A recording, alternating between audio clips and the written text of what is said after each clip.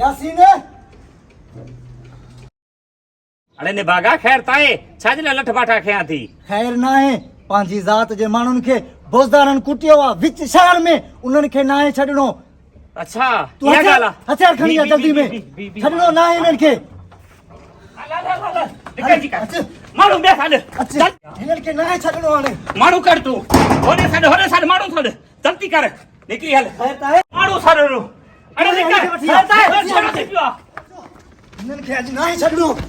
जल्दी कर जल्दी कयो वाला केतरा मानू मरने जे की झड़ो थी पियो साथो कहता है खैर ना है तू जी कर हुनगोठ में वन जल्दी कर गोले नु मानू जी बंदोबस्त कर ना तो मारी दा थे ना तो मरता है जरवार चौक ते अरे जल्दी कयो मारे छड़ी दो जल्दी कर हने हेलो अच्छो निकली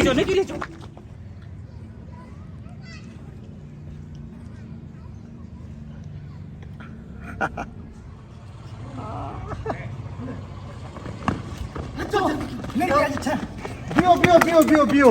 छाए खैर ताए अन्या पूछी तो खैरा छाए छेड़ो थी पियो 2 मिंट मुंहिंजी ॻाल्हि ॿुधो सिर्फ़ 2 मिंट मूंखे टाइम ॾियो जेको पाण वारो हमरा आहे न बोज़दारनि जी मोटरसाइकिल फुर करे पियो फुर कंदे जे पकड़जी पियो जे उन खे उन्हनि कुटको बि ॾिनो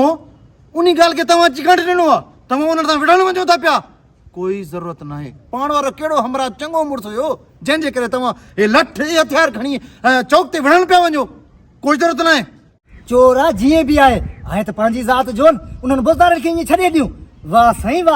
वाह उन्हनि खे न आहे छॾणो उन्हनि जा माण्हू मारींदासीं हाणे ही तव्हां हथियार ही लठू खणी निकिरी पिया हो हू अधु कलाक पहिरियों निकिरी विया नी इन झेड़े खे घटि में घटि बि अधु मुनो कलाक थी विया तव्हां उहे उन्हनि मूं त हिकु बि कोन्हे शार ॿियो हाल ही लठा खणी तव्हां विढ़ंदो कंहिंसां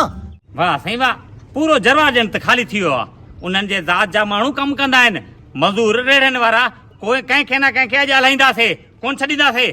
हलो अदा जल्दी कयो ॿियो कोई न मिलो त नंढा ॿार त स्कूल आहिनि उन्हनि खे बि न छॾंदासीं अॼु मारींदासीं अफ़सोस आहे तव्हांजी सोच ते मासूम ॿारनि खे मारींदो मार मुंहिंजे नंढनि खे हिननि मासूमनि खे मार यार तव्हां कॾहिं सुधरंदो हीअ असांजी क़ौम कॾहिं सुधरंदी मासूम ॿारनि खे मारींदो करे हिकु लोड़िन ॿार सलाम आहे भाउ सलाम आहे तव्हांखे बस घणी वैद न कर असांखे वॾे भोतार जो हुकुम आहे कंहिंखे बि न आहे छॾणो वॾो आयो आहे ज़ात परस्ती सेखारण वारो भोतार इहे पाण बंदूकां खणी पाण में छो नथा विढ़नि छॾियो ज़ात परस्ती खे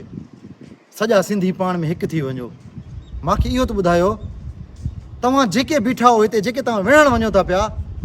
तव्हां पंहिंजा माण्हू घणा माराए चुका आहियो कबाइलाई झड़नि में ॾेहाल अज़ीज़ तुंहिंजो चाचो मोहल आहे न कुझु वसूल थियो तोखे ॾेहाल फ़ियाल तुंहिंजो मसाद फ़ोत थियल आहे छा मिलियो तोखे कुझु मिलियो का शइ तव्हांखे वसूल थी अजमल सामान जहिड़ा कूंधर कुसिजी विया इन्हनि कबीलाई झेड़नि में अञा बि तव्हां नथा मुड़ो छॾियो यार अलाह खे मञियो इन्हनि कबीलाई झेड़नि खे छॾियो पंहिंजनि ॿारनि खे तालीम ॾियो कुझु अॻिते अचनि